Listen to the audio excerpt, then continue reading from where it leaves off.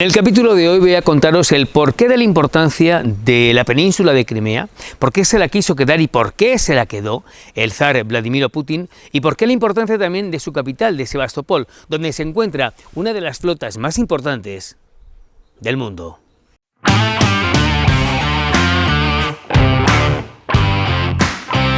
Decía el rey Carlos I de España y V de Alemania que en sus dominios jamás se ponía el sol.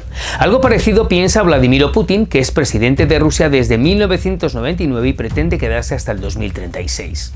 Las fechas las comento porque son importantes para que podamos entender al personaje.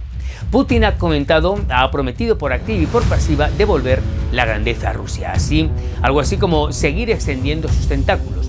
Y un punto prioritario desde el punto de vista estratégico era la península de Crimea y el Mar Negro por la salida al mar Mediterráneo a través de dicho mar y porque Ucrania representa... Ucrania no es cualquier cosa para Rusia, ¿no?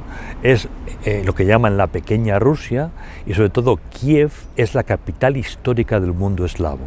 Mucho antes de que el ducado de Moscovia diera el salto y proclamase la existencia de una cosa llamada Rusia, todo el entorno eslavo giraba en torno a la ciudad de Kiev.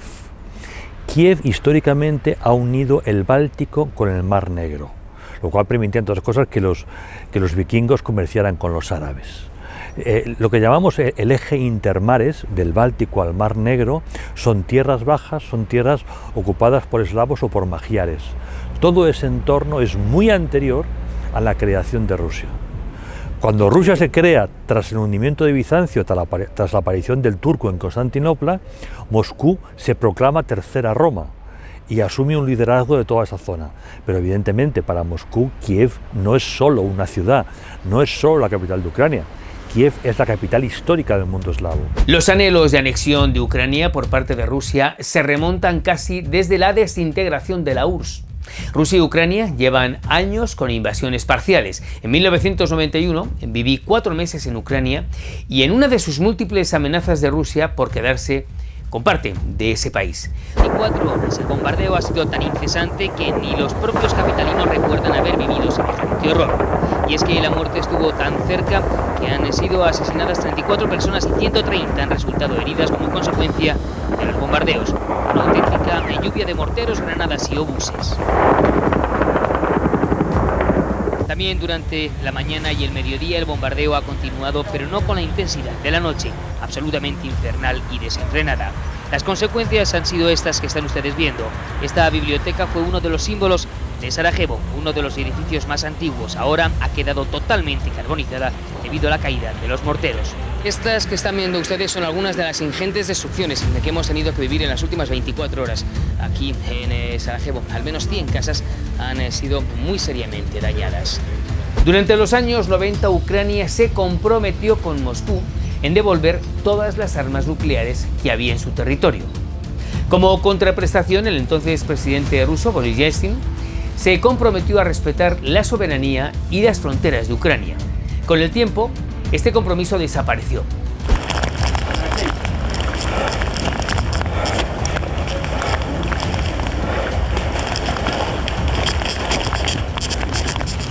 En primera línea de fuego, a tan solo 15 metros de las fuerzas de la Armilla, no hay tiempo para pensar en el próximo año nuevo. Aquí solo existen décimas de segundo para grabar, escribir, enviar la nota y sobrevivir. Una de las múltiples primeras líneas de fuego en Mostar es espeluznante. El Mar Negro era la manzana de la discordia. En 1997 se llegó a un acuerdo entre Rusia y Ucrania sobre el estratégico mar y su flota, que contemplaba el reparto del 50% de esa flota y el reconocimiento de Crimea y su capital Sebastopol como parte del territorio ucraniano. Con el tiempo, eso también desapareció. El mar de Crimea siempre ha sido un tema toral. La primera vez que se anexionó fue en 1783. Desde aquel entonces hasta ahora ha habido guerras y muertos por esa importancia de ese mar. Para Putin era fundamental quedarse con Crimea y con su capital Sebastopol. En Crimea había una salida natural al Mediterráneo por el Mar Negro y de ahí al mar Bósforo ubicado en Turquía. Sebastopol era preponderante porque ahí se encuentra una de las flotas más poderosas e importantes no solamente de Rusia, sino de todo el planeta.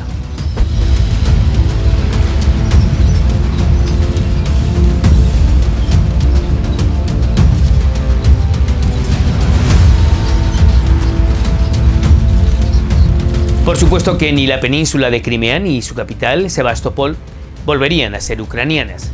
Se trata de una de las joyas de la corona de Vladimir Putin. Pero aunque es uno de los puntos más importantes de la estrategia de Putin, desde luego no es el único. Lo que está en juego no tiene mucho que ver con Ucrania.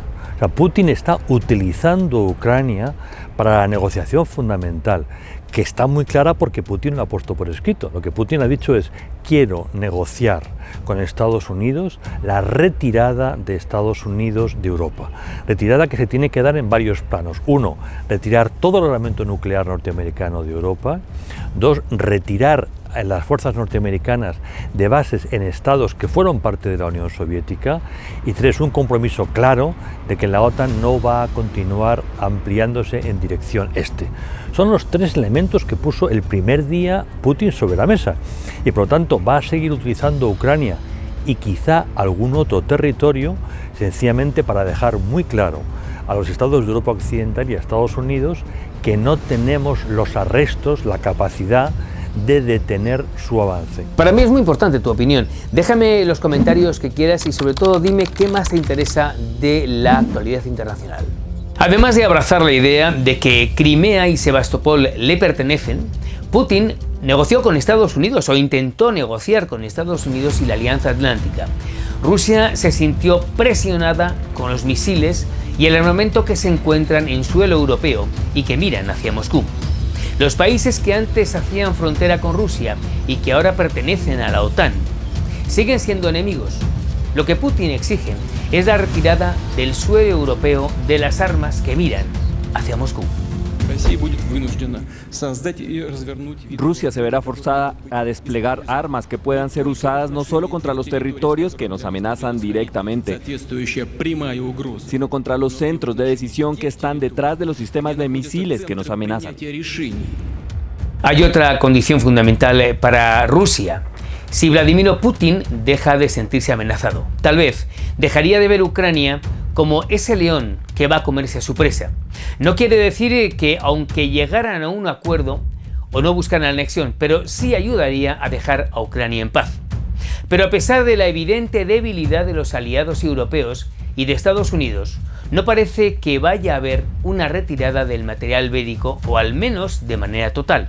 En todo caso, Ucrania sigue siendo muy apetitosa para esa gran Rusia que sigue mirando con los dientes afilados, esperando al momento para deglutirla.